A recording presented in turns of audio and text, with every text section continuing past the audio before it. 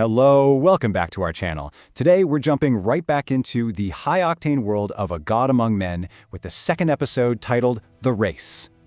All right, let's get straight into it. The air is electric, you can feel the tension, the crowd's going wild, and a super high-stakes street race between two major rivals is just about to kick off. Right from the get-go, you can hear it in the crowd. Everybody's saying the same thing. Cameron is the huge underdog here. They're all convinced his car has absolutely no chance against Brandon's top-of-the-line Ferrari. The odds? They are completely stacked against him. So, let's see what this underdog can do. The race is on. And just like everyone called it, Brandon's Ferrari just explodes off the line, giving him this massive instant lead. I mean, we're talking seconds into the race, and he's already 10 clicks ahead. You have to wonder, is this whole thing already over? But wait, as they start hitting those winding mountain roads, something incredible starts to happen. The race commentator, he's the first one to spot it. Cameron's raw skill behind the wheel is just on a whole other planet. His car might be worse, but his drifting, it's flawless. And believe it or not, he's actually closing the gap. But here's the thing. There's a much more dangerous game at play here. A secret that nobody in the crowd knows about. And it all goes back to Cameron's very own brother, Peter.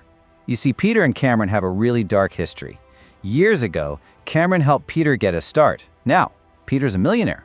But 5 years ago, when their family turned on Cameron and kicked him out, Peter just abandoned him. And that car he gifted Cameron for this race, it wasn't a gift. It was a death trap. He had it sabotaged. The car has no brakes. Cameron is literally driving into a mountain race with no way to stop. But this is where it gets crazy. While Peter and Brandon are probably expecting this to be a fatal flaw, Cameron, he already knows. And his inner thought is just ice cold. He's not worried. In fact, he thinks not having to slow down is an advantage. This changes everything. So, the race is now heading into its most treacherous part, the infamous 9-turn passage. We're talking about a brutal series of 18 crazy sharp turns designed to break even the most skilled drivers.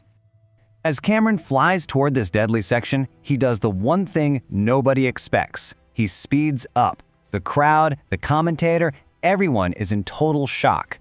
I mean, from their perspective, this looks like a suicide mission. He's just flooring it, heading for a cliff. And what he does next? It just defies physics. He puts on a driving display that shouldn't even be possible. He takes the first 2 turns perfectly at full speed, and then, in between the second and third turn, he pulls off a flawless 360-degree spin, using the momentum to line himself up perfectly for the next turn without ever needing those brakes he doesn't have.